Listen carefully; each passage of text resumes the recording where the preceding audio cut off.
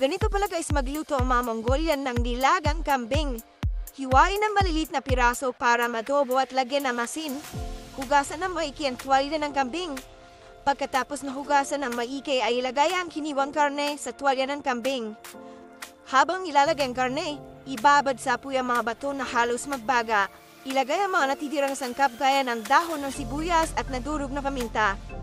Dahan-dahang ilagay ang mga nagbabagang bato sa loob ng tuwalya. Ang mga bato ang magluluto ng karne na nasa loob.